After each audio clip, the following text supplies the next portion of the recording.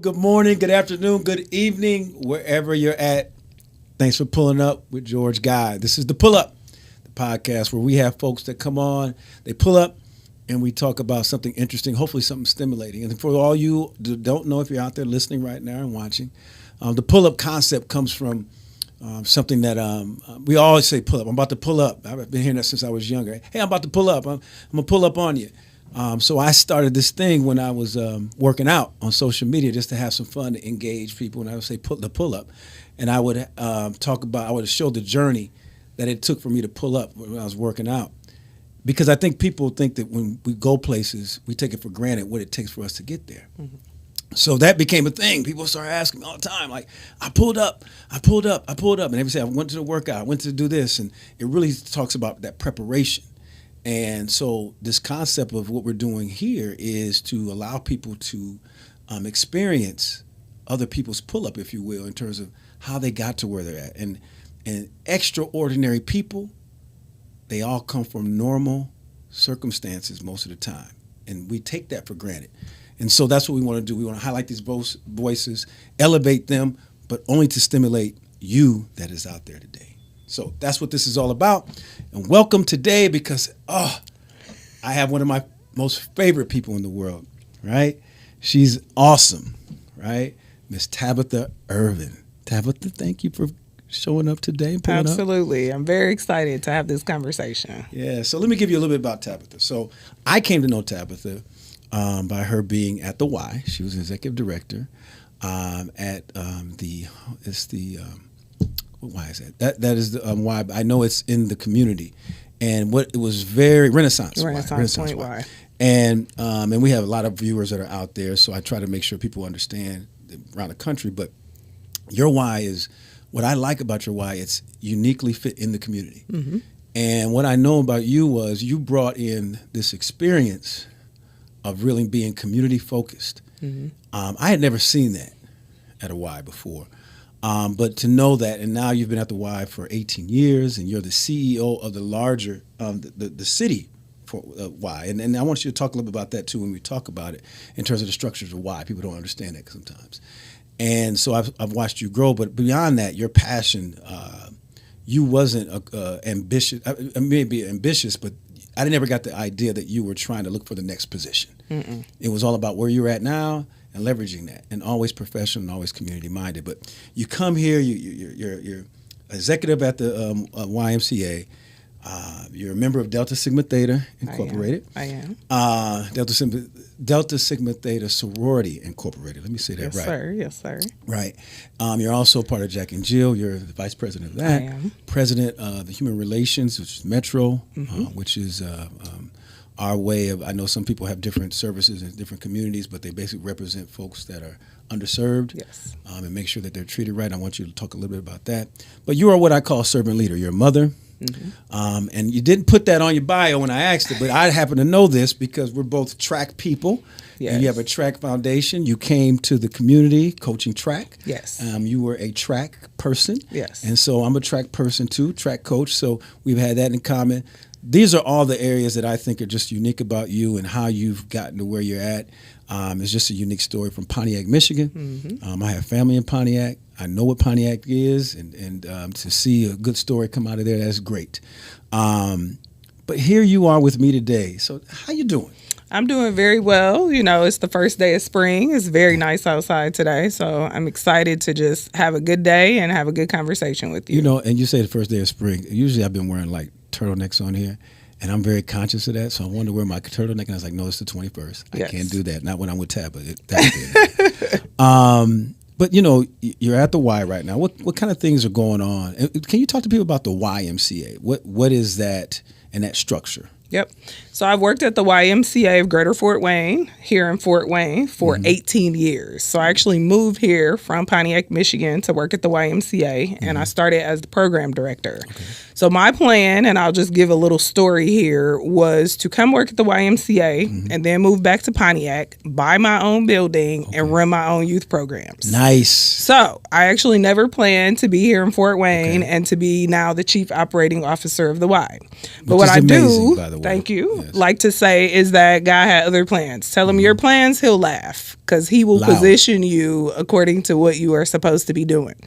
So I will say my dream of opening my own building happened because I opened the Jackson Layman YMCA here a little bit over 8 years ago. That was amazing. So I opened that branch. And so my dream to open a facility in a community happened.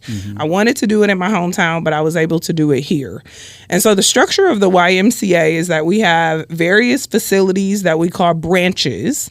Some Ys in some cities call them centers, but we call ours branches. And each branch has an executive director and an advisory board, as well as staff that run the different programs in the different departments. Right.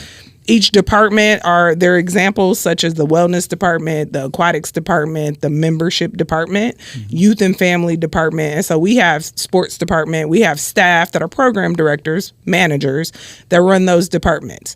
Executive directors report up through a senior VP of operations. Her name is Erica Miller. She's been at the Y 25 years. Okay.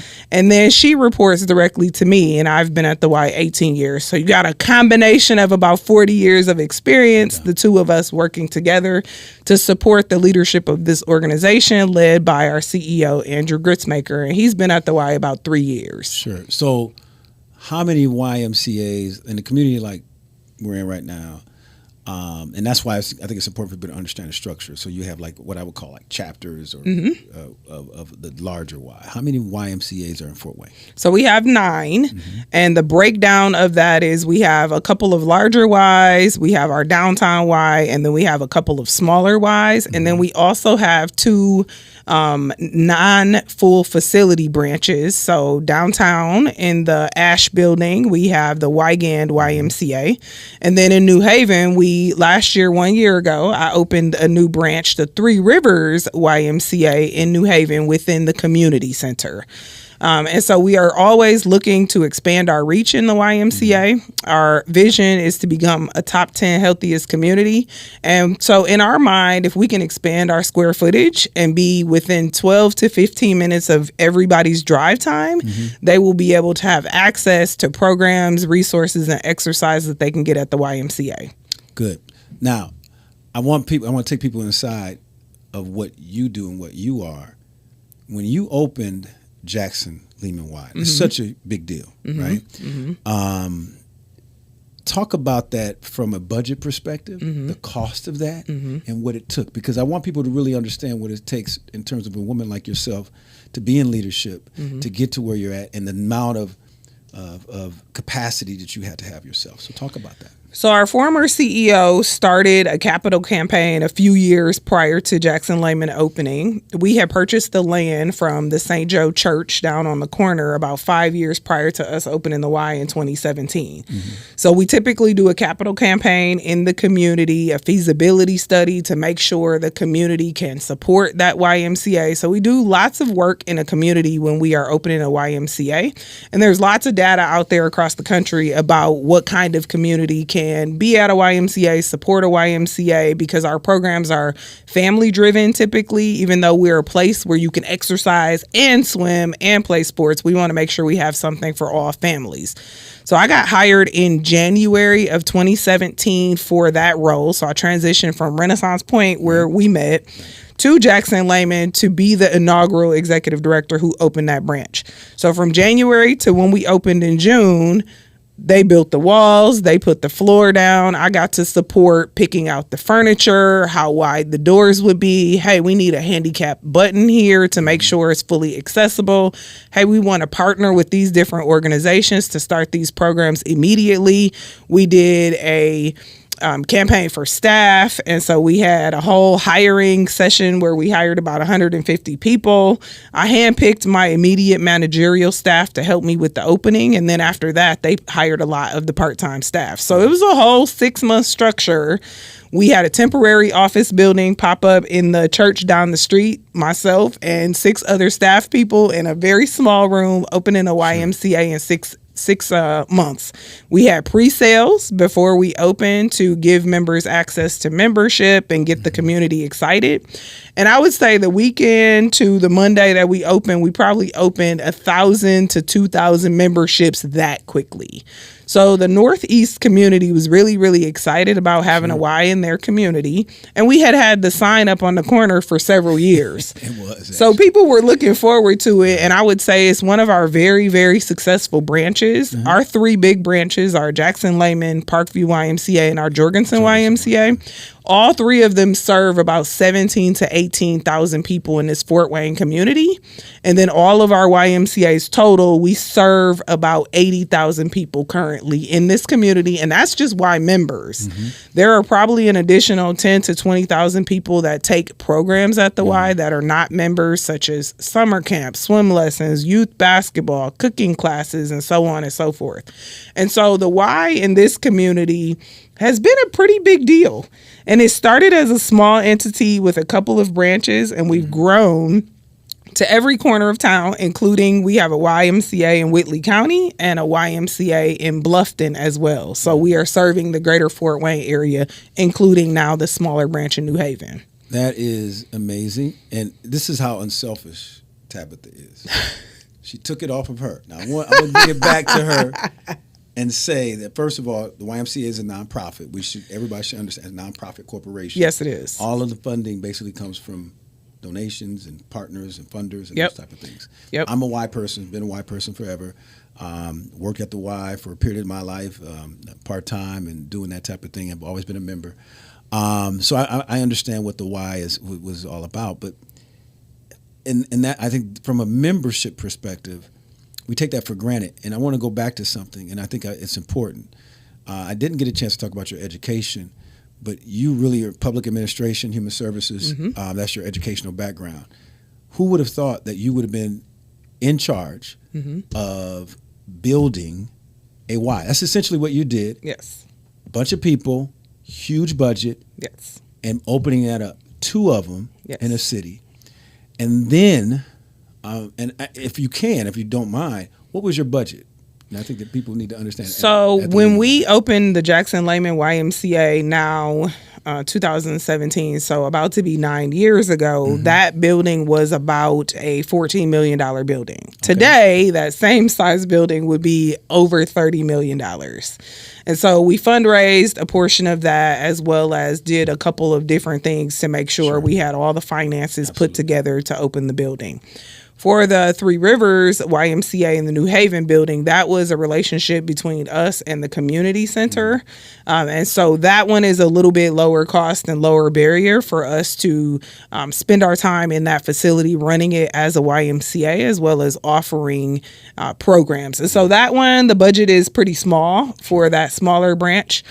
For the Jackson Lehman YMCA, the budget at Jackson Lehman right now is probably $4 to $5 million. But incredible. I would say, as the YMCA of Greater Fort Wayne, to give perspective, our annual budget right now is probably about $29 million for all of our assets, all of our entities, all of our programs, everything we do in the Greater Fort Wayne community. And I like what you said there, because first of all, the pull-up is that here you are, this person that wanted to work with kids and families and opening up, and now you've been opened up huge wise by, I would say, partnering with your ideas in terms of the larger why.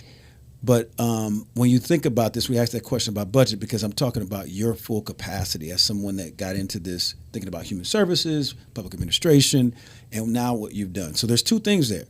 There's the budget, but the other thing that you talked about is the amount of investment in the community. Yes. $14 million, which is huge. Yes. What is the investment total that the Fort Wayne YMCA period has to the larger community? What is the total? So I'm quite sure our investments are over 60 million. Wow. Off the top of my head, I don't have that because then I would have to calculate each building, Sure. each asset. Yes. And, we also have a summer camp and we have all these other entities, but over 60 million by far is the YMCA's investment into the community of Fort Wayne. And obviously we have over 1,000 staff. So we average around 1,200 to 1,300 staff at all of these locations. Yes. And then about 100 or so people are full-time staff at the YMCA. Amazing. Now, again, kudos to you and the work that you're doing there.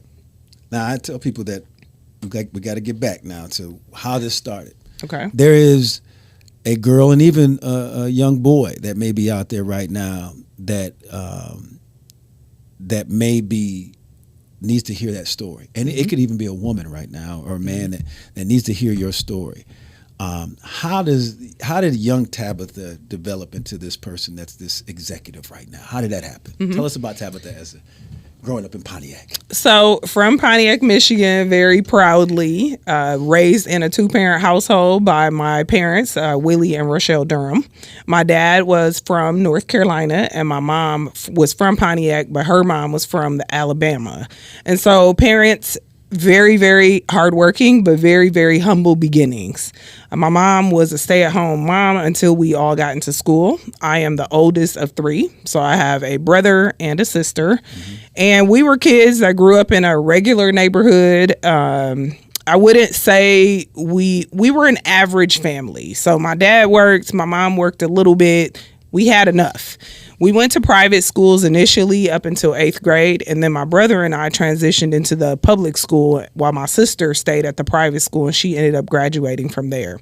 My mom pushed education and Christ. So we were always at church, and we were always in school getting our grades, and then we participated in sports. So I would say I came from a hardworking background, well-rounded parents who wanted to expose us to what they could expose us to at the time. Sure. I probably didn't get on my first airplane until I was 17 or 16 in high school. I was on the robotics team and we went to Orlando for a robotics competition. That was my first flight. So it's not like I had this extravagant. We got to talk about that. She just said robotics and you just let that go. Now, I'm assuming we're around the same age, somewhere around there. We're somewhere around there. Okay. Robotics, which is, people don't know. People come familiar with it now, but I guess around the time that you were, that wasn't a thing, right? No. Robotics. No. So we had an engineering program partnered with Delphi Automotive, which was a subsidiary of GM back then. Right. So everybody knows GM. So I know I'm saying GM and people are like, GM. There are probably only a segment of people who are like, Delphi. I remember Delphi. Delphi made parts and different things for GM. That's right. So Delphi in the Metro Detroit area, Oakland County area, partnered with my high school, Pontiac Central Chiefs. Shout out. They have closed our high school since then, but shout out to the Pontiac Central Chiefs. So Delphi partnered with my high school for a robotics program. And with that, several of us actually became interested in being engineers. So is that where you started? I wanted to be an engineer. Okay. And I actually went to University of Michigan and majored in engineering for my first 2 years of college. What I recognized in my second year of college is that I did a summer internship at a plant, a Delphi plant in Vandalia, Ohio. Okay. And I shadowed the plant manager. And so I'm walking around the plant every day, talking to people, getting to know people, seeing what they're building, asking questions.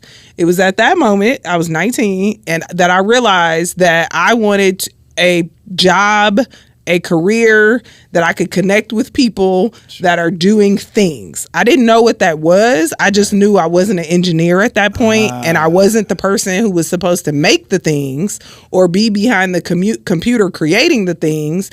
I almost kind of probably decided and understood that I was going to be a leader or partner of people at that moment in my life because I enjoyed my time talking to people, getting to know them and understanding what they were doing and how I could support it.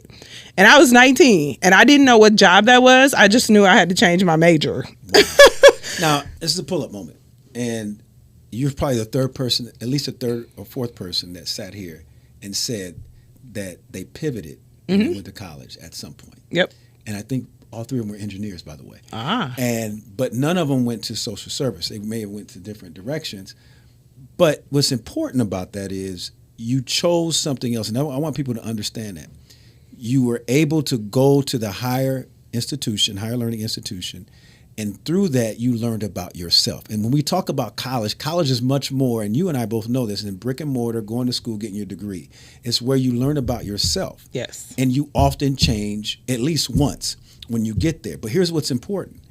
You leveraged what had gotten you there, right? Mm-hmm. And then understanding that I can do with the skills that I have and what I enjoy to do, I can take my skills to a different level. And you learned that, right? Yes. And so doing that at first, I bet that helped you out tremendously from a studying perspective and also whatever. How did it help you in terms of being an engineer and having that type of mindset? Well, I think the tactical way in which I do things now and the way I lead, you can tell if you know this story about me that I do still have some pieces of that tactical nature of the way the engineers work. I just happen to work in social services, so I've put my skills into community, influence, leadership, and development. But really, I think a part of my brain probably does work a little bit more precise and tactically like an engineer would. Okay. I just didn't go into engineering. And I'm sure I could have been an engineer. Right. I just decided to pick a career that would be fulfilling, that I knew I was being called to. And so usually when I coach and mentor and talk to young people, that is usually my conversation with them. Take some tests, do some personality things, but what at your core are you really gifted to do, and what are you passionate about, and what are you interested in? You know, we always ask that question, what could you wake up and do without getting paid? And I think that's relevant because at the end of the day, we all want to get paid. Right. But what have I spent my entire life invested in? And that's the change of community and people. Wow. I just found that through my work at the YMCA. I could be anywhere, but it's through the YMCA that I was doing that. And I'm not sure how I would have done that as an engineer other than creating things, vehicles or products for people to be able to do some life-changing things. The way that I work now, I can see the life change, whether it's health, mental health, physical health, and I see it through staff and buildings and programs that we do. So I see the change in people that way, and probably not through just a particular product that maybe I would have been supporting building as an engineer. Sure. So I think finding your passion and then finding the work, career, or job that matches that is probably key. That's key advice. Lots of people do a first career and then a second career because maybe their first career was something they were good at, but usually people might graduate into a second career, which is something they're passionate about. I hopefully will be able to retire from the YMCA, but along this journey, I'm also able to volunteer in the community, be on boards, do leadership things. You know, I was leading the Fort Wayne Ink Spot newspaper under the direction of John Dorch. So I've been able to do lots of other things. Not just lead, you were when you were Yes, editor. Yep. On top of doing all these other things you were doing. Yes. I'm not sure how. I actually was having a conversation with somebody last night about how I was doing that every other weekend while also doing all these other things that I do. Wow. When people ask me how I do all these things, I usually say very carefully. I'm pretty organized. I'm pretty about my business. I pretty much get stuff done. You know, I can leave this conversation right now and finish an email. I was starting an email before we started. I'll finish that email and hit send when I finish. I'm kind of always on. Okay. There's not a ton of off moments, but I do find times to relax, times to spend with my husband and my daughter, times to travel, times to rest. So I have created some balance now, but I would say I grew into trying to figure out how to create the balance because of all the things that I do. Now, and that's good to have. I mean, and you're involved in everything and you really care. I call you a true servant leader. But Tabitha, the little girl. And I want to tap into that a little bit because that probably explains what kind of things were you exposed to? I talked about you running track. What kind of things were you exposed to when you're talking about a young girl going into your teens? What was that like? And what kind of girl and what kind of exposure did you have to different things? So I loved high school. I remember being in National Honor Society. I was on the track team, so I was a hurdler. I remember running the 800 one time in a track meet and struggling, and coach switched me to the 400 and the hurdles. And so I spent the rest of my track career in high school running the 100 hurdles, the 300 hurdles. I long jumped. I was on relays. Okay. I ran the infamous 4x4 to close the track meet. That was like the best event ever at the end of the track meet. I played on the basketball team. I supported our athletic director, and so I did some administrative things. I was actually in band for a little bit. I played the clarinet. I did some things. I was the prom queen. I got voted as the prom queen and all these. So I was a super, super participatory, active high schooler. And then younger than that, I would say my parents made sure to invest in us by putting us in things like dance, piano lessons. And we definitely were at church, definitely on Sundays and probably on some Wednesday nights. So I was going to a church called Word of Faith, which is the larger church in Metro Detroit right now. It's in Southfield. And there was a youth group. And our pastor, G, my sister actually just sent me a reunion flyer, like a 25-year reunion. But we had a very, very active youth ministry and our own structure. And so we would leave adult church and we would go with the youth pastor and do lots of activities, whether it was overnight things, whether it was late night things, whether it was ministry, servant leadership. And so I would say all of these experiences that young Tabitha had and that my parents set me up to participate in, I think drive the person that I am today because I had all these experiences as I was growing up. I don't know that I knew what it was going to do then, but I can see it now, how I'm a servant leader because of the experiences that I had, but also watching my mom pick people up for church. I was driving at 16 to 17 and we were like the church bus. We would go pick people up. I remember giving clothes away. I remember cleaning out our closet and giving people things, paying for people's food. Like I watched my parents do this kind of stuff for people. My dad loved to cook. He was always serving and cooking, and the joy and energy behind serving people with this delicious meal that he created and this sauce that he made from scratch. So I watched the behaviors of my parents, I would say, and now as an adult, I feel like I have taken on some of those things in my own way, right? But our experiences shape us, good, bad, or indifferent. Right. Our experiences are built to shape us, and I would say that kind of childhood shaped me to be the person I am now, for sure. And I would bet that you now and I want to talk a little bit about your volunteer work that you're doing, Jack and Jill, Delta Sigma Theta, and being a part of Metro. Talk a little bit about that and your roles in that and why that's important for you and the community. So the organizations I'm a part of, both Jack and Jill and Delta Sigma Theta, are true and near and dear to my heart. Those are places where I can serve and volunteer and support the community through their missions of supporting African-American youth or African-American people. So the missions of both of those organizations connect to African-American people in community. So I get to serve in those organizations and utilize my talents to support programming in the community, whether it's for African-American families or mental health services, things with social action and voting and those kinds of things that Delta Sigma Theta leads in our community. Volunteerism in terms of my board service, I am on several boards in our community. So Metro Human Relations Commission, I'm currently the chair. What is that? So Metro Human Relations Commission is our local EEOC. So if there is a case where a person feels that they've been discriminated against, whether it's housing or employment, and I look directly at you all, you would file a complaint with the Metro Human Relations Commission. And so the Metro Human Relations Commission will, along with their staff, investigate your complaint. And so I am the chair of the commission, which has an executive director, Nikki Quintana, and her group of staff, as well as a staff lawyer.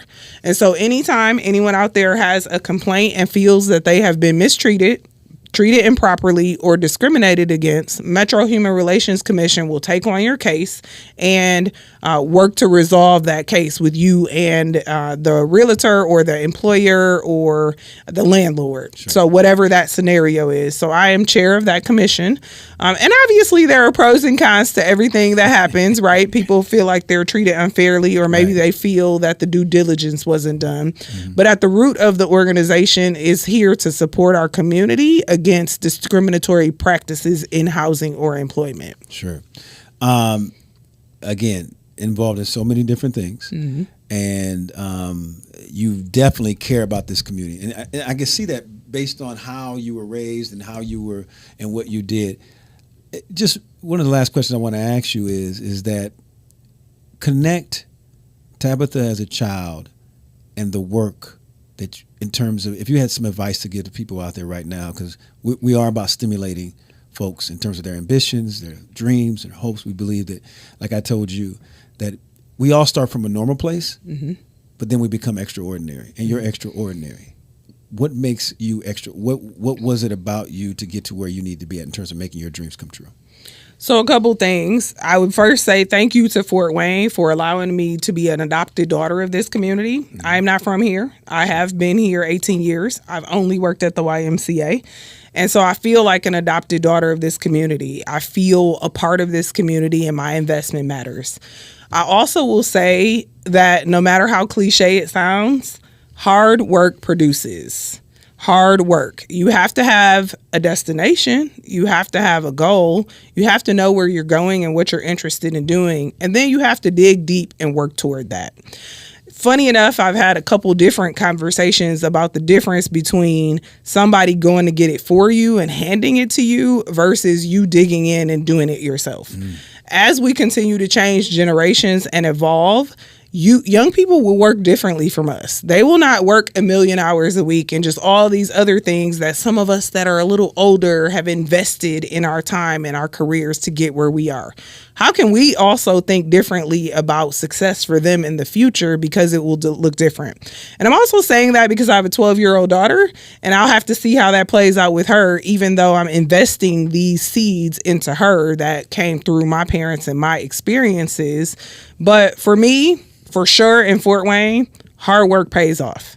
And I have been able to see the manifestation of every single blood, sweat, and tear that I have put into this community. I have seen it play out, and I know it's God's work. It's not just me. It's his favor on my life and what he has for me. And I'm just putting in the work. And the doors of favor just continue to open. And I'm just really humble and grateful to be able to walk through them in a way that can show his glory, but also can show my commitment to this community, to programs, and to people. Authenticity, folks, right? And there's a pull-up moment. There's probably a few pull-up moments there, but I do want to say very simple. Hard work pays off. What we see right now before us is someone who's purpose-driven, lead by faith, but it started from the fact that you didn't let anything come in the way of your dreams. Mm-hmm. And you were yourself throughout that process. Of course, you had some peaks and valleys of that. And I just want to talk directly to those folks out there. That's why it's a pull-up moment. Hard work pays off, but it starts from a dream, having some type of faith, and making sure you understand your purpose and working hard at that. And that's amazing. That is amazing. So thank you, Tabitha, for showing up today. One more question. This is fun. Every good servant leader that pulls up here mm-hmm. has a theme song. Oh. Because every good hero has a theme song. Okay. I grew up watching Super Friends, so that's my thing. So what would you say like today? It doesn't, but it can be your universal theme song. But if there was a theme song that would describe you just for fun, what would that be? This one is hard for me. I think I had to get a theme song for an award I won a couple years ago for the Black Business Card Party. I am secretly a fan of DJ Khaled. Okay. So I love the hype songs that you can kind of walk out to, and those songs that, you know, give or take the language, mm-hmm. that just kind of get you hype. Because sometimes you got to turn on some music that gets you hype. I have currently been listening to a Christian artist named Forrest Frank. Okay. And he has a lot of different upbeat music, and it's giving a little rap and a little singing. One of his songs is called No L's. Okay. Like, I ain't taking no L's. All right. So lately, I have been listening to that song in the morning when I wake up, because I feel like the enemy is always out to get you, always trying to attack, always putting up roadblocks, whoever, whatever, however, people, places, things, emails, whatever. There's always something when you are winning where the enemy comes to kind of cut you off and kind of get you distracted. So I've been listening to this song called No L's because I'm not taking no L's. It doesn't matter what roadblocks show up, Nice. what challenges so come dope. my way. I'm not taking no L's. I love that. And that is a perfect way to close. Tabitha, thank you so much. You're an amazing person. I was sitting there counting. There was so many pull-up moments today. I couldn't even stop you. And your life is just, it's probably a master class about preparation, and also a touch of class as well. So thank you for everything that you do in this community. I just want to say to those that are out there right now, it is intentional. We're time stamping this. This is in March, and March is Women's Month, and it wasn't by accident that I made sure that we had someone, an amazing woman. And I want to say that to those women out there, I know that by the time you listen to this, hopefully it is March. Shout out to you, and shout out to all of you that are dreamers, or maybe in a situation where you're trying to figure out. You can figure out with folks like their stories across this country, across this world, in your local communities of people that made it happen every day. And Tabitha Ervin is one of those people that have been making it happen for a very long time. And despite the title, she's an amazing person, amazing servant leader. So I'm glad that she showed up today, and I'm glad that you pulled up today too. And for all of you out there, we're going to be at you next time. I want to always thank you for pulling up. And don't forget, always dream and be extraordinary. Thank you for pulling up today. See you next time.